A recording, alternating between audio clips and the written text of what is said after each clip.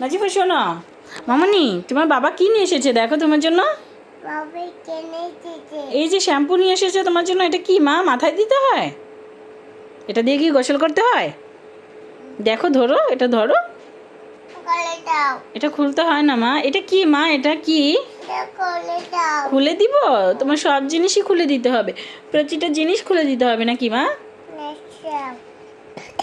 এই যে ইয়েস। না না না না না না না না।